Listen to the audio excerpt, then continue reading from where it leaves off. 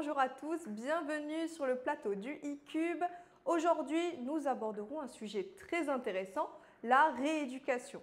Ce mois dédié au processus du circuit de soins nous a permis de voir en détail l'entrée aux urgences et la prise en charge d'un patient.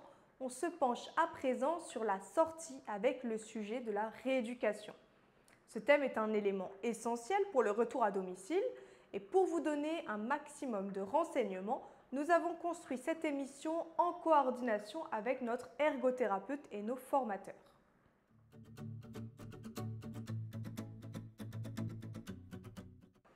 La rééducation est une spécialité consistant à assurer la prise en charge des personnes atteintes d'un handicap ou d'une incapacité physique dans le but d'en minimiser les conséquences, qu'elles soient physiques, psychologiques ou socio-économiques.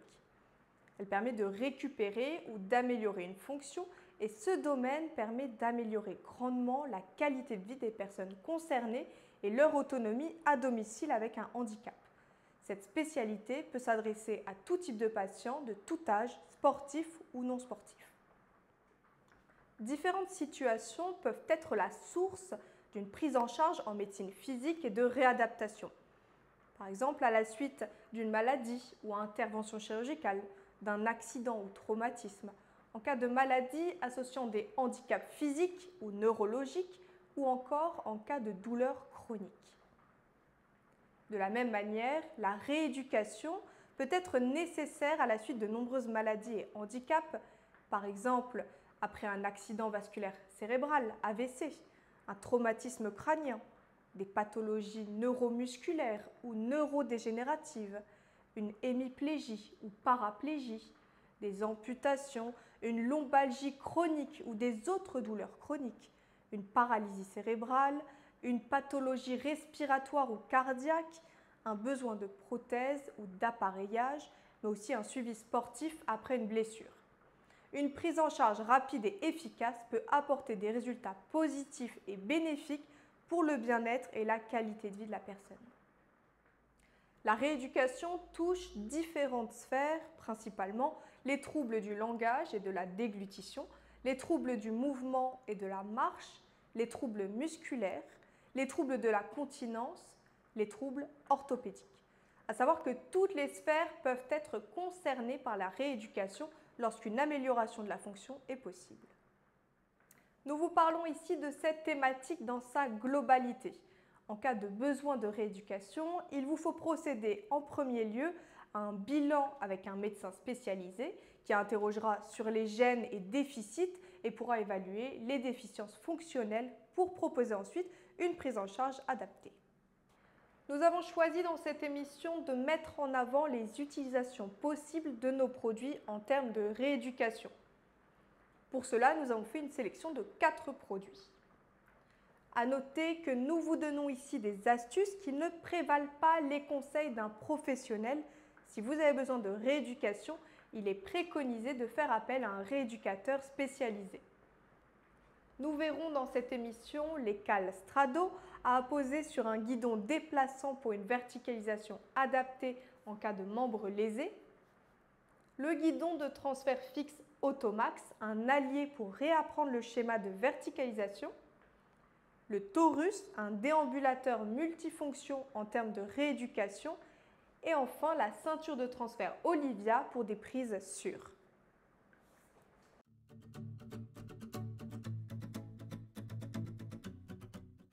Pour commencer, je vous présente les cales de rehaussement Strado qui vont permettre à la personne de travailler le mouvement avec un unique appui podal, soulageant ainsi le membre inférieur lésé.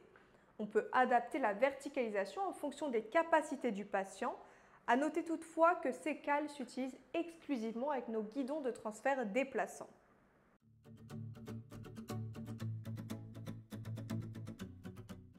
Je vous présente ensuite le guidon de transfert fixe Automax.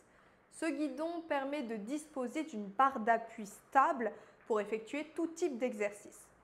La personne peut ainsi travailler la verticalisation en plaçant le guidon très proche.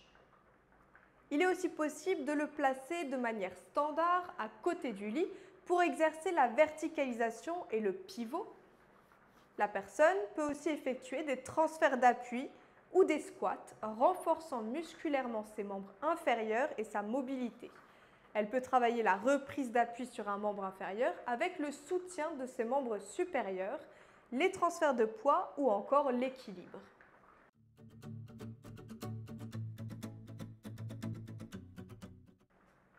Passons à présent au déambulateur torus.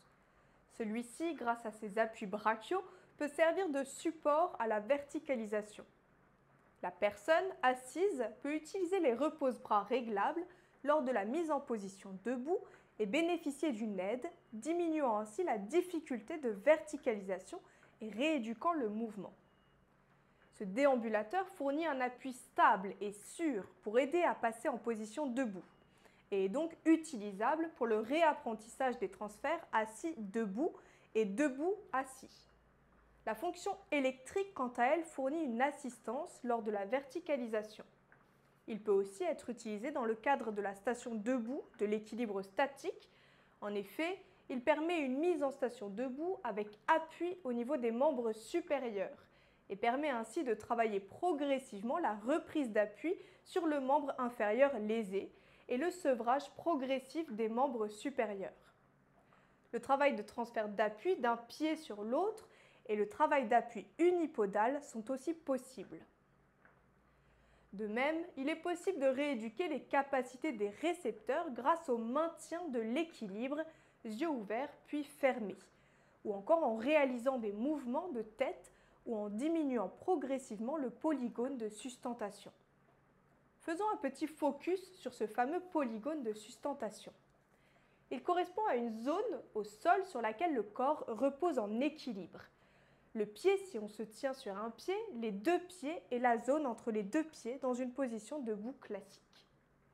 Enfin, le torus permet de rééduquer la marche avec un réapprentissage du schéma en insistant sur la hauteur et longueur des pas, mais aussi la régularité et symétrie des pas.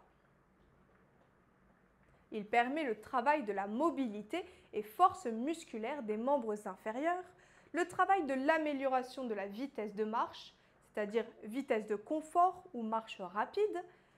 Marcher grâce à ce déambulateur peut in fine permettre à la personne de se reconditionner à l'effort en termes de distance ou de temps de marche et de se rééduquer à effectuer une marche avec attention divisée, c'est-à-dire conserver une marche sécurisée tout en ayant une activité cognitive en même temps.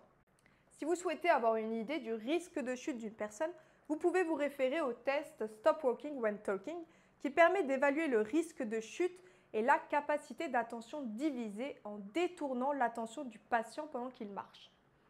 En entamant une conversation par exemple, il se peut qu'on observe un ralentissement de la marche ou un blocage. Le déambulateur torus est donc réellement multifonction en termes de rééducation et va permettre à la personne de travailler la verticalisation puis la marche grâce à un appui sécuritaire.